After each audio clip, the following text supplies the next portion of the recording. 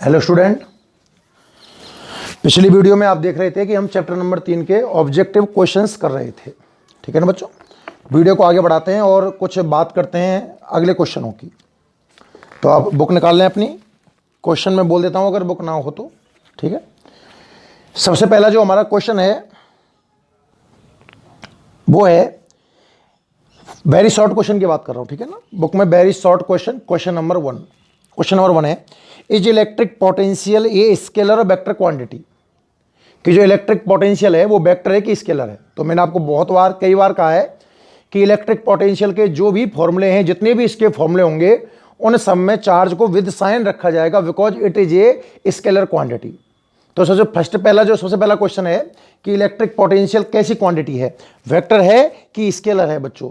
तो इसका आंसर आएगा कि it is a scalar quantity, electric potential is a scalar quantity. ये हमारा पहला क्वेश्चन है, बहुत इजी क्वेश्चन है बच्चों। Question number 2, define electric potential. Question number 2 बोल रहा है कि आपको इलेक्ट्रिक पोटेंशियल को डिफाइन करना है। तो डिफाइन करना आपको मैंने कैसे कहा था, मेथड सीख लीजिए, फिर आपको डेफिनेशन बोल देंगे। मैंने कहा था बच्चों इलेक्ट्रिक पोटेंशियल का फॉर्मूला है V is equal to W upon Q। V is equal to W upon Q।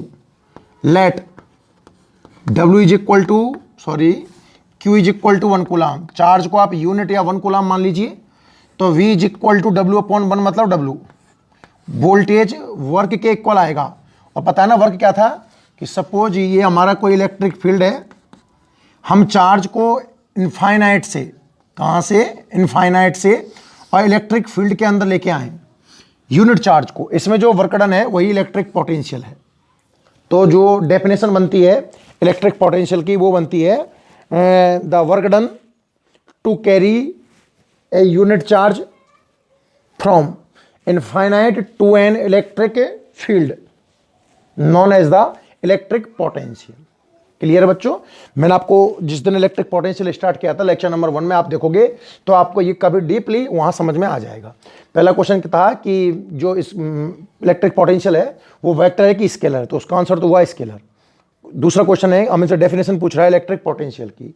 तो electric potential work done to carry unit charge from infinite to an electric field is known as the electric potential.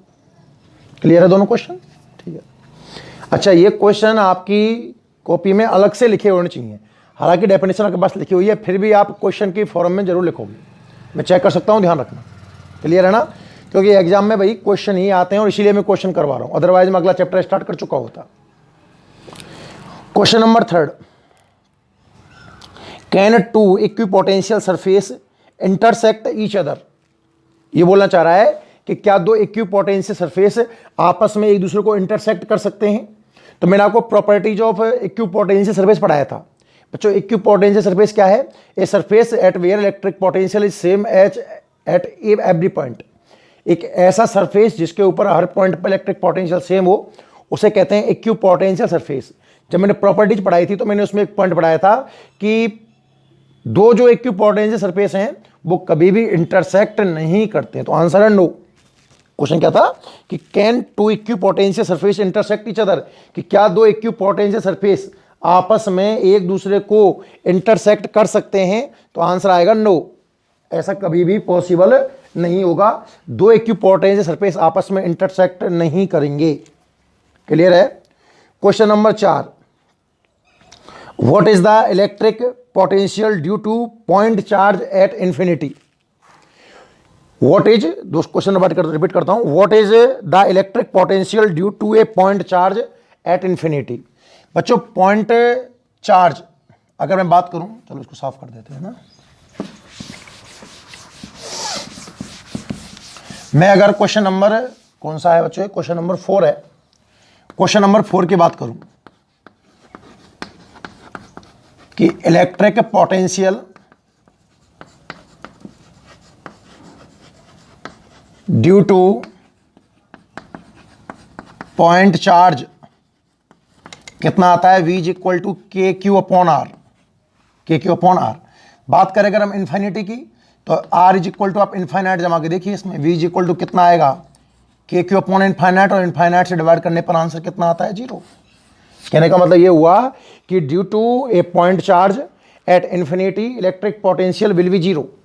अगर हम बात करें बच्चों point charge की, तो point charge की वजह से इनफाइनाइट पर इलेक्ट्रिक पोटेंशियल कितना आएगा? जीरो। बहुत इजी। और मैंने आपको नोट्स में भी लिखाया है कि एक तो अर्थ पे इलेक्ट्रिक पोटेंशियल कितना आता है? जीरो। और एक इनफाइनाइट पर इलेक्ट्रिक पोटेंशियल कितना आता है? Zero. Clear? Question number 4। Question number 5, can electric potential at any point in vacuum we zero if electric field at the point is not zero. समझिए ध्यान से। और इसका उल्टा क्वेश्चन भी आपको अभी देखने को मिलेगा। ये ऐसा कहना चाह रहा है, क्वेश्चन नंबर 5 सुनना, कि वैक्यूम में किसी पॉइंट पर क्या ऐसा हो सकता है कि इलेक्ट्रिक पोटेंशियल तो जीरो हो but electric field not equal to zero हो? क्या यह कंडीशन पॉसिबल है? बिल्कुल यह कंडीशन पॉसिबल है। कहां? आप याद कीजिए बच्चों, डायपोल की इक्वेटोरियल कंडीशन याद करो। डायपोल की इक्वेटोरियल कंडीशन, इक्वेटोरियल एट, ऐसे लिखना। पहली बात तो ये पॉसिबल है, यस। कहां? At equatorial line of dipole. आपको याद होगा, आपके हेल्प के लिए लिख दूं कि डायपोल पर जो इलेक्ट्रिक फील्ड आता है इक्वेटोरियल लाइन पर, वो आया था KP अपॉन RQ। ठीक है ना? Not equal to zero. ध्यान से देखो। और अगर आपने इलेक्ट्रिक पोटेंशियल की बात की तो डायपोल की वजह से पोटेंशियल आया था KP cos theta upon R square. और अगर मैं इक्वेटोरियल की बात करता हूं तो थीटा की वैल्यू 90 पुट करके देखो, आप पाओगे कि V इक्वल टू कितना है? जीरो। क्वेश्चन समझ में आया कि नहीं आया? बहुत इजी क्वेश्चन है। मैं चलो क्वेश्चन नंबर 5 क्या था, मैं वापस से रिपीट करता हूं, आप बोर्ड पे देखें एक बार, कि can electric potential at any point in vacuum be zero if electric field at that point is not zero? कि क्या ऐसा हो सकता है वैक्यूम में किसी पॉइंट पर कि वहां इलेक्ट्रिक पोटेंशियल तो कितना हो? जीरो, पर electric field not equal to zero हो? बिल्कुल ऐसा पॉसिबल है। तो आंसर है यस। और पूछे कहां तो बोल देना बच्चों equatorial line of dipole. Dipole की जो इक्वेटोरियल लाइन है वहां ऐसा पॉसिबल है। वहां वोल्टेज जीरो आता है पर इलेक्ट्रिक फील्ड वहां जीरो नहीं होता, नॉन जीरो होता है। क्वेश्चन नंबर 5 क्लियर होगा। इसका सॉल्यूशन आप लिख लेना, स्क्रीन पॉज कर लिया करो भले बाद में। ठीक है? और 6 देखिए, इससे आपको और कहानी क्लियर आएगी। क्वेश्चन नंबर 6 क्या बोल रहा है? पढ़ना बच्चों। Can electric field intensity in vacuum eight any point we zero if electric potential is not zero? इसका उल्टा, क्या ऐसा हो सकता है कि intensity of electric field zero हो पर पोटेंशियल जीरो ना हो? क्या ये पॉसिबल है? बताओ हां या ना। Yes, everything is possible. बच्चों ऐसा भी हो सकता है कि E जीरो हो, V जीरो हो, या दोनों जीरो हो, दोनों जीरो ना हो, कोई एक जीरो, कुछ भी, एवरीथिंग इज पॉसिबल। अब इसका एग्जाम्पल क्या हो सकता है? यस, पहली बात तो हाँ ये पॉसिबल है। कहां पॉसिबल है ये बच्चों? याद करो, आप याद करो। स्पेरिकल सेल, क्या याद कीजिए? Spherical shell inside of spherical shell. कौन सी कंडीशन बच्चों? Inside of spherical shell. जब मैं इनसाइड ऑफ स्पेरिकल सेल की बात करता हूं तो E इज इक्वल टू आया था जीरो। आप याद कीजिए, स्पेरिकल सेल के आउटसाइड में इंटेंसिटी ऑफ इलेक्ट्रिक फील्ड निकल के आया था KQ upon small r square. Surface पे आया था KQ upon capital R square और अंदर आया था जीरो। और बात करें पोटेंशियल की तो वो आया था KQ अपॉन कैपिटल R। ये क्यू पोटेंशियल सरफेस आया था।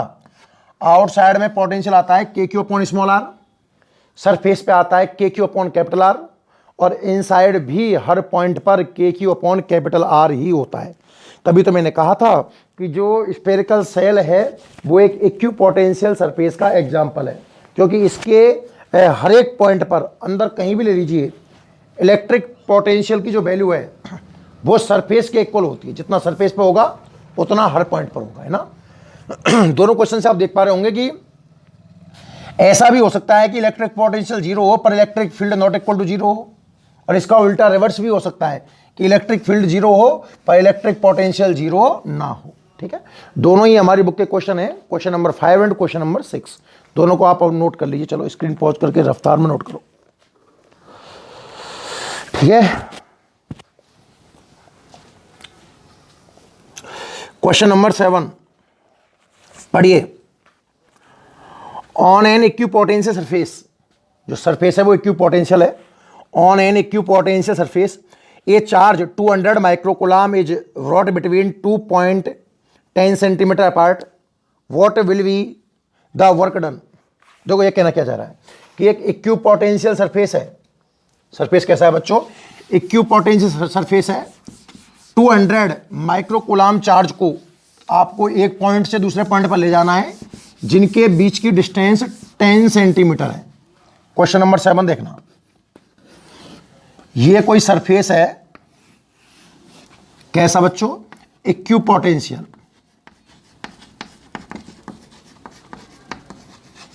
इक्विपोटेंशियल सरफेस, ठीक है ना। ये पॉइंट ए मान लो, ये पॉइंट बी मान लो। हमें 200 माइक्रोकूलम को ले जाना है और इनके बीच की डिस्टेंस कितनी है? 10 सेंटीमीटर। ये क्वेश्चन है what is the work done. इस प्रोसेस में वर्क डन क्या होगा? तो बच्चों अगर ये इक्विपोटेंशियल सरफेस है तो ए का वोल्टेज और बी का वोल्टेज बराबर आएगा, यही तो डेफिनेशन है। इक्विपोटेंशियल सरफेस होता क्या है कि जहां हर पॉइंट पर इलेक्ट्रिक पोटेंशियल कैसा हो? सेम।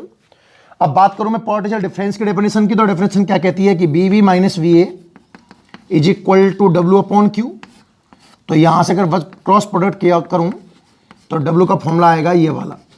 और आपको पता है कि दोनों की वैल्यू इक्वल है, तो डिफरेंस कितना आएगा? 0 से मल्टीप्लाई करते ही वर्क डन कितना आ जाएगा? 0। कुछ समझ में आया कि नहीं आया? कि अगर हम इक्विपोटेंशियल सरफेस पर, ये आपको प्रॉपर्टी में भी लिखाया है मैंने आपको, कि अगर हम किसी चार्ज को इक्विपोटेंशियल सरफेस के ऊपर एक पॉइंट से दूसरे पॉइंट तक लेके जाएं, और वो दूरी है तो कंफ्यूजन करने के लिए, चार्ज की वैल्यू कुछ भी हो सकती है, उनके बीच की डिस्टेंस भी कुछ भी हो सकती है। इस प्रोसेस में जो वर्क डन आएगा वो हमेशा कितना आएगा? 0 आएगा। क्लियर है यहाँ तक? नोट करो। चलो, वर्क डन 0 होगा बच्चों, ध्यान रखना है ना। कैसी भी कंडीशन हो, पर सरफेस बशर्ते इक्विपोटेंशियल सरफेस हो, तो चार्ज को ले जाने में वर्क डन हमेशा कितना आता है? 0। क्लियर। नेक्स्ट बात करें हम क्वेश्चन नंबर 8 की। क्वेश्चन नंबर 8 क्या बोल रहा है? देखिए,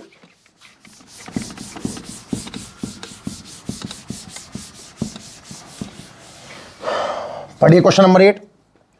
what will be the shape of equipotential surface. Equipotential surface की शेप क्या होगी? उसमें 2 क्वेश्चन हैं। First due to point charge और सेकंड है due to uniform electric field. देखिए बच्चों ध्यान से, दोनों काम के हैं। Shape of equipotential surface due to point charge, ठीक है।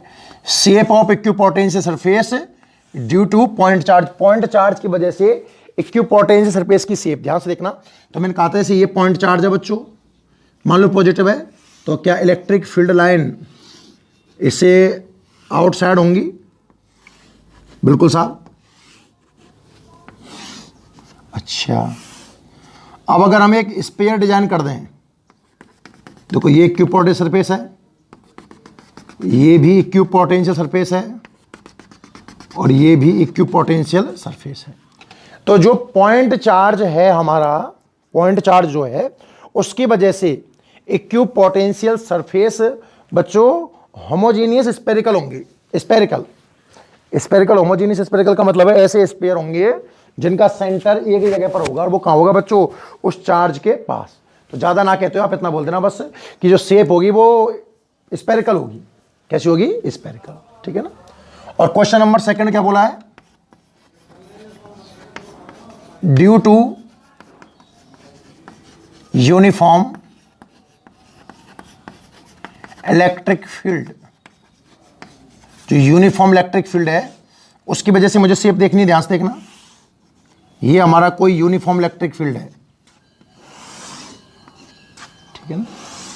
इसमें जो शेप देखनी है, मैंने कहा था ना इस टाइप की होंगी, बताया, नोट थ्योरी में बताया आपको मैंने। इस फील्ड के तो परपेंडिकुलर होंगी, पर ये आपस में होंगी पैरेलल। और अगर चार्ज हमारा लीनियर होता तो जो शेप बनती वो सिलेंड्रिकल होती। मैंने तीनों पॉइंट आपको नोट करवाए, ठीक है ना, नोट कर लीजिए। चलो जल्दी से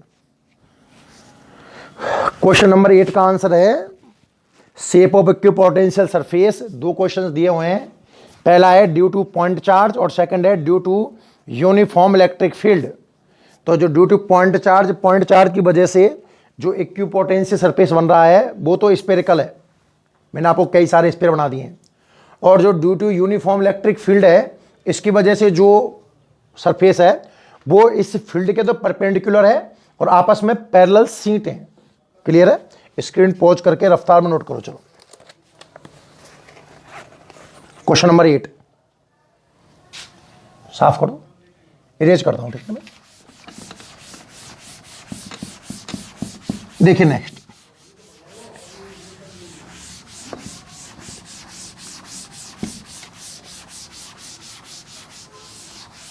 क्वेश्चन नंबर 9 देखिए। क्वेश्चन नंबर 9 क्या बोल रहा है? When an electric dipole is kept parallel to an electric field, electric dipole को फील्ड के पैरेलल रखा जाता है, what will be electric potential energy of dipole. क्या कहना चाह रहा है, ध्यान से देखिए कि क्वेश्चन नंबर 9 कि ये आपका इलेक्ट्रिक फील्ड है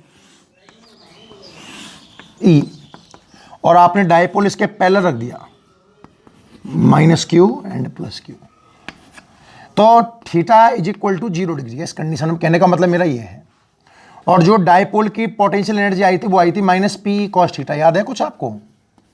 डायपोल की पोटेंशियल एनर्जी आपको मैंने कैसे पढ़ाई थी, मैं हल्का हल्का आपको याद दिलाऊं ताकि आपका रिवाइज भी हो जाएगा बच्चों। तो मैंने कहा था हम डायपोल को जब इनफाइनाइट से लेके आते हैं तो नेगेटिव और पॉजिटिव दोनों चार्जों को लाना होता है बच्चों। पॉजिटिव चार्ज पर फील्ड की डायरेक्शन में फोर्स लगता है और नेगेटिव पर फील्ड की अपोजिट रिजल्टेंट फोर्स 0 आता है। पर आप जैसे डायग्राम में भी दिख रहा होगा आपको कि जो -q चार्ज है वो +q चार्ज के बजाय अधिक ट्रेवल किया। कितना अधिक ट्रेवल किया? 2a distance. तो इसके लिए हमने वर्क डन निकाला था। वर्क क्या होता है? फोर्स इंटू डिस्प्लेसमेंट, और फोर्स बच्चों था -qe और डिस्प्लेसमेंट कितना है? 2a। q इंटू 2a को मैंने p पुट किया था तो यह आया था -pe। कितना आया था? -pe। फिर मैंने थीटा एंगल से इसको रोटेट किया था, उसमें वर्क डन आया था p ब्रैकेट 1 - cos थीटा। दोनों को ऐड करके देखा तो ये एनर्जी आई थी। अब इसमें आप थीटा की वैल्यू 0 पुट कर दीजिए तो u is equal to -pe cos 0 की वैल्यू कितनी आती है? 1। तो इलेक्ट्रिक जो पोटेंशियल एनर्जी है वो कितनी आएगी? -pe। क्वेश्चन ये था कि if an electric dipole kept in electric field parallel then what है पोटेंशियल एनर्जी ऑफ डायपोल। तो पोटेंशियल एनर्जी कितनी आएगी बच्चों? -pe। चलो नोट करो, इजी क्वेश्चन है, फॉर्मूले की नॉलेज होनी चाहिए बस। केवल फॉर्मूला पता है तो आप आराम से कर सकते हो। लिख लो जल्दी से। ये था हमारा क्वेश्चन नंबर 9। नाउ अगले क्वेश्चन की बात करते हैं, क्वेश्चन नंबर 10 की। देखिए क्वेश्चन नंबर 10 क्या बोल रहा है? द पोटेंशियल, चलो दोबारा से बताता हूँ ना इसको साफ करके, क्योंकि दोनों क्वेश्चन में एक साथ लेना चाह रहा हूँ। 10 और 11 दोनों एक जैसे ही हैं, इसलिए एक साथ आ जाएंगे ना। क्वेश्चन नंबर 10 देखिए आप। क्वेश्चन नंबर 10 क्या बोल रहा है? The potential of charge the surface of a conducting sphere. जो आपको स्फीयर दिया हुआ है बच्चों, ये स्फीयर, ये है conducting sphere.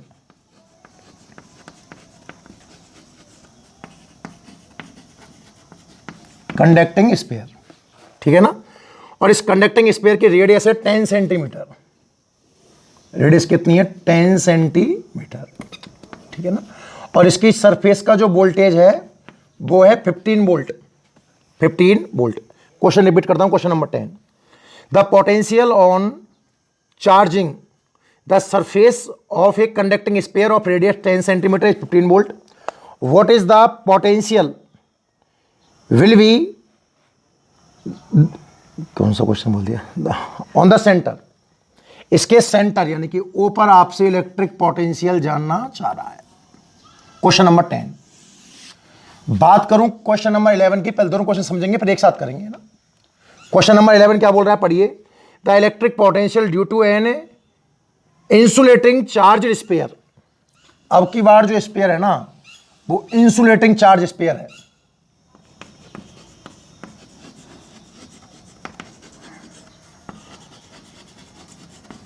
Insulating charge sphere of radius, इसकी 5 सेंटीमीटर रेडियस है, इसकी सरफेस का वोल्टेज बच्चों 10 वोल्ट है, और इसके भी सेंटर पर हमसे वोल्टेज जानना चाह रहा है। ध्यान से देखो और समझो ताकि आप इन दोनों में डिफरेंस फील कर पाओ। हमारे पास दो स्पेयर हैं दो अलग अलग क्वेश्चनों में। ध्यान से देखो, क्वेश्चन नंबर जो हमारा 10 है इसमें तो है बच्चों कंडक्टिंग स्पेयर। कैसा स्पेयर है? कंडक्टिंग स्पेयर, रेडियस 10 सेंटीमीटर है, सरफेस का वोल्टेज 15 वोल्ट है, सेंटर पे वोल्टेज जानना चाह रहा है।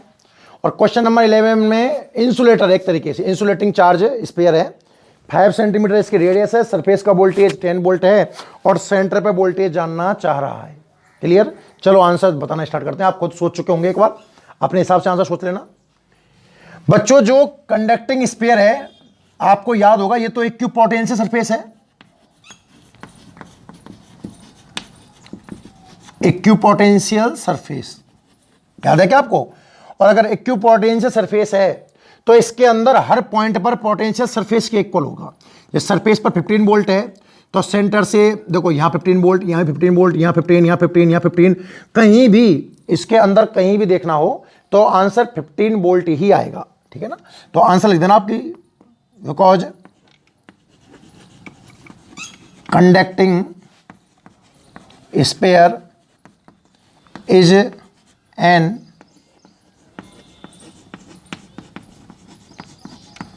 Equipotential surface, so BO is equal to 15 volt. भाई इक्विपोटेंशियल सरफेस है इसलिए जो सेंटर का वोल्टेज है वो कितना आएगा? 15 वोल्ट आएगा। क्लियर है? बात करें क्वेश्चन नंबर 11 में, इंसुलेटिंग चार्ज स्पेयर है ना, ग्राफ याद है किसी को इसका? आपको पता हो तो जब हम इसके अंदर जा रहे थे तो इलेक्ट्रिक पोटेंशियल में इंक्रीमेंट हो रहा था, बढ़ रहा था, और बढ़ते बढ़ते किसी को याद हो, एक इंसुलेटिंग चार्ज स्पेयर की बात कर रहा हूं, जो सेंटर का जो वोल्टेज है वो 1.5 टाइम आता है सरफेस के वोल्टेज की। ठीक है ना भाई? सरफेस का वोल्टेज कितना है? 10 का 1.5 से मल्टीप्लाई करूंगा तो 15 वोल्ट, तो सेंटर पे कितना आएगा? 15 वोल्ट। अब ऐसे मत सोच लेना कि इसमें 15 वोल्ट है, इसमें 15 वोल्ट है, हमेशा आंसर 15 वोल्ट आएगा। नो नो नो नो, ये तो एक बाई चांस बैठ गया है, बाकी हमेशा ऐसा नहीं होगा। कॉन्सेप्ट क्या याद रखना है आपको कि जो कंडक्टिंग स्पेयर है वो इक्विपोटेंशियल सरफेस है, और इक्विपोटेंशियल सरफेस में वोल्टेज जितना इसके सरफेस पर है उतना ही हर जगह होगा। इस सरफेस पर कितना है? 15 वोल्ट, तो हर जगह कितना आएगा? आंसर 15 वोल्ट ही आएगा। पर बात करें अगर इंसुलेटिंग चार्ज स्पेयर की, तो यहां सेंटर का वोल्टेज सरफेस के वोल्टेज का 1.5 टाइम होता है। दोनों अच्छे क्वेश्चन है, इसलिए मैंने दोनों को पैरेलल कराने का प्रयास किया है। आप नोट करें जल्दी से। ये था आपका क्वेश्चन नंबर 11। जल्दी करो, स्क्रीन पॉज करके लिख लेना, बहुत टाइम लग जाएगा, अदरवाइज बहुत लंबा वीडियो हो जाएगा भाई ना। साफ करो। बात करें क्वेश्चन नंबर 12 की, समझिए क्वेश्चन नंबर 12 क्या बोल रहा है, पढ़िए। Electric potential at a point XYZ in vacuum is given. आपको पोटेंशियल का इक्वेशन दिया हुआ है, V is equal to 2x² volt. ठीक है? फाइंड इलेक्ट्रिक फील्ड इंटेंसिटी, आपको E निकालना है, और जो पॉइंट है वो है 1 मीटर, 2 मीटर एंड 3 मीटर। ऐसा क्वेश्चन आपको मैंने कैसे कराया था, आपको याद होगा, ढंग से याद कीजिए। मैंने आपको कह रखा है कि जब भी पोटेंशियल आपको in term of x, y और z के फॉर्म में हो, तो आपको मैंने E वेक्टर का एक फॉर्मूला बताया था बच्चों, क्या? Minus del V upon del x, x के रेस्पेक्ट में पार्शियल डिफरेंशिएशन करना है ना, फिर y के रेस्पेक्ट में करना है, और फिर आपको z के रेस्पेक्ट में करना है। करिए एक एक करके। पहले मैं x के रेस्पेक्ट में करके देखूं, तो मैंने कहा था जब आप x के रेस्पेक्ट में पार्शियल डिफरेंशिएशन करोगे बच्चों, तो y और z behave like a constant. ठीक है? तो इक्वेशन क्या दिया हुआ है? b की इक्वेशन क्या दिया हुआ? 2x²। इसमें y z है ही नहीं, तो ये तो बहुत ईजी है। 2 तो 2 है ही है, x² का होगा 2x, और 2 इंटू 2x कितना आएगा? 4x, और लास्ट में x की वैल्यू क्या जमानी है? 1, y की 2 और z की 3, 1 जमाते ही आ जाएगा 4। सेम अगर बात करूं मैं y के रेस्पेक्ट में, तो है ही नहीं है, 0 आएगा। इसी तरह z के रेस्पेक्ट में भी किया जाए तो भी कितना आएगा? 0। ये तीनों वैल्यू उठाकर अगर ऊपर पुट की जाए तो ई वेक्टर ध्यान से देखो कितना आएगा, -4i कैप आएगा। अब इसका आपको अगर मैग्नीट्यूड निकालना है ई, तो ये आएगा 4। ये वोल्ट में है तो आप न्यूटन बटे कूलाम या वोल्ट बटे मीटर जो आप चाहो लिख सकते हो, ठीक है ना। तो इस पर जो इंटेंसिटी ऑफ इलेक्ट्रिक फील्ड निकल के आया है उसका मैग्नीट्यूड कितना आया है, 4। और वेक्टर फॉर्म में लिखना हो तो कितना आया है, -4i। क्लियर है भाई, यहाँ तक सब ना, जल्दी से लिख लो। चलो इसको, ये था आपका question number 12। Next, screen pause करके नोट कर लेना, ये तो भाई घर में बहुत ज़्यादा है ना। नेक्स्ट क्वेश्चन है 13।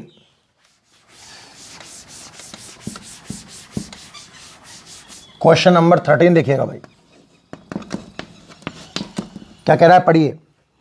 Right the expression for electric potential energy of 2 point charge system. कि 2 पॉइंट चार्ज सिस्टम है, this is Q1 distance R and this is Q2।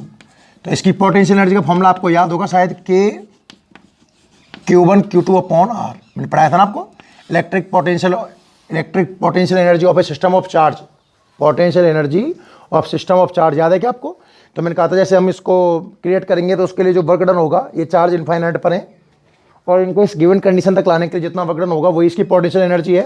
मैंने कैसे प्रूव कराया था कि फर्स्ट ऑफ ऑल मैं Q1 को लेके आया था, Q1 को लाने में वर्क डन मैंने W1 माना था, W1 0 आया था क्योंकि पहले से कोई वोल्टेज वगैरह अवेलेबल नहीं है तो इसका अपोज ही नहीं होगा। फिर आप किसको लेके आए थे, Q2 को लाने में वर्क डन हुआ था कितना, Q2 इंटू Q1 की वजह से जो वोल्टेज था KQ1 अपॉन R, समझ गए होंगे आप लोग। तो 2 पॉइंट चार्ज सिस्टम के लिए इलेक्ट्रिक पोटेंशियल एनर्जी इतनी होगी, बहुत ईजी क्वेश्चन है। क्वेश्चन नंबर 14 की अगर मैं बात करूं, अगला क्वेश्चन देखिए। Right the expression of electric potential energy of 3 point charge system. 3 point charge system की बात कर रहा है, लो 3 पॉइंट चार्ज सिस्टम बना दो, Q1 Q2 Q3, distance R12 R13 R23। इसकी अगर एनर्जी की बात करें तो बना तो दो के पेयर बना दीजिए। पहले 1 और 2 की बात करें तो K Q1 Q2 upon R12, 2 और 3 की बात करूं तो K Q2 Q3 upon R23, और 1 और 3 की बात करें तो K Q1 Q3 upon R13। 3 point charge system है, 3 चार्जों का एक सिस्टम है, जो पॉइंट चार्ज है तीनों, उनकी वजह से हम कितना भी निकाल सकते हैं, हम 4 चार्ज का भी निकाल सकते हैं। अगर 4 चार्ज होते तो 6 स्टेप में आंसर आता बच्चों इसका। 4 तो साइड बन जाती है और 2 डायगोनल बन जाते हैं उस कंडीशन में, आपको याद होंगे खैर, ठीक है। ये है आपका question number 14,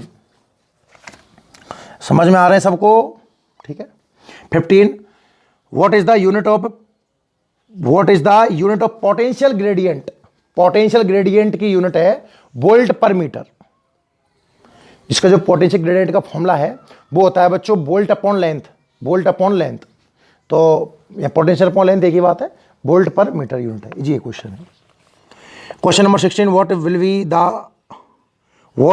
B work done in moving an electron between 2 point having potential difference of 20 volt.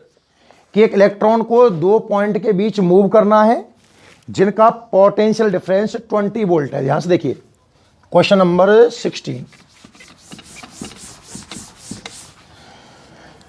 बात करें क्वेश्चन नंबर 16 की, ध्यान से देखना।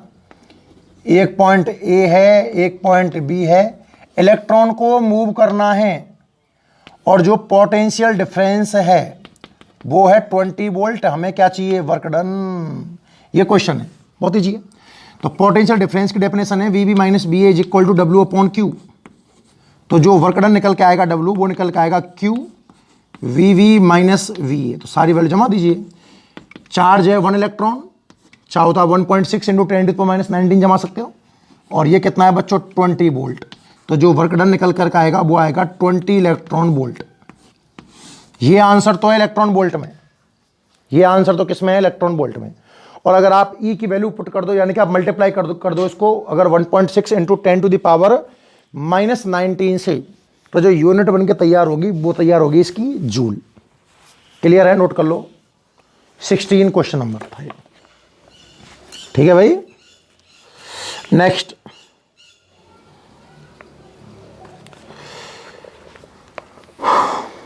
17, electric potential due to a point charge at a point in vacuum is 10 volt. Point charge की वजह से electric potential 10 volt है। If this point charge is place in a medium of dielectric constant what will be the electric potential. कहना चाह रहा है कि एक पॉइंट चार्ज है, उसकी वजह से जो पोटेंशियल है वो 10 वोल्ट है, और अगर इसमें एक मीडियम रख दिया जाए, डायइलेक्ट्रिक कांस्टेंट रख दिया जाए, तो उस पर क्या इफेक्ट आएगा, जो इलेक्ट्रिक पोटेंशियल है इस पर क्या इफेक्ट आएगा, ये आपसे जानना चाह रहा है। और उसकी डायइलेक्ट्रिक कांस्टेंट दिया हुआ है 2। कितना दिया हुआ है? 2। देखो ध्यान से, जैसा सिस्टम फोर्स का होता है ना बच्चों, वैसा ही वोल्टेज का है। कैसे? क्वेश्चन नंबर 17 एक फॉर्मूला बनी, आप याद कर लो कि मीडियम का जो वोल्टेज है वो वैक्यूम का वोल्टेज अपॉन उसका डायइलेक्ट्रिक कांस्टेंट। फोर्स का आपको याद है ना, Fm is equal to F upon epsilon R. Same voltage का याद करो, Bm is equal to B upon epsilon R. Medium में वोल्टेज चाहिए, वैक्यूम में कितना है 10, डायइलेक्ट्रिक कांस्टेंट कितना है 2, डिवाइड करूंगा तो कितना आंसर आएगा 5 वोल्ट। खेल खत्म। नहीं समझ में आया? क्वेश्चन ये था कि एक पॉइंट चार्ज की वजह से वैक्यूम में किसी जगह पर इलेक्ट्रिक पोटेंशियल 10 वोल्ट है, उस जगह का डायइलेक्ट्रिक कांस्टेंट कितना है 2, तो मीडियम का वोल्टेज कितना आएगा, मीडियम में वोल्टेज कितना आएगा, तो इसका आंसर आएगा 5 वोल्ट। नोट करो चलो, क्वेश्चन नंबर 17 था ये, ठीक है। नेक्स्ट क्वेश्चन नंबर 18, 17 था ये। अगला जो क्वेश्चन है वो देखें आप, क्वेश्चन नंबर 18 क्या बोल रहा है, पढ़िए ध्यान से। What is the work done in rotating an electric dipole in uniform electric field 0 degree to 180 degree. एक डायपोल को इलेक्ट्रिक फील्ड में 0 डिग्री से 180 डिग्री मूव करना है, उसमें वर्क डन कितना आएगा?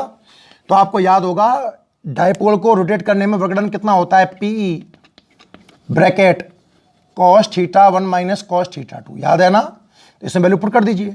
θ1 तो 0 डिग्री और θ2 है 180 डिग्री, तो जो वर्क डन आएगा वो आएगा P cos 0 माइनस cos 180। तो W is equal to P cos 0 कितना 1, cos 0 माइनस 1 मतलब प्लस 1, तो जो वर्क डन आएगा वो आएगा 2PE।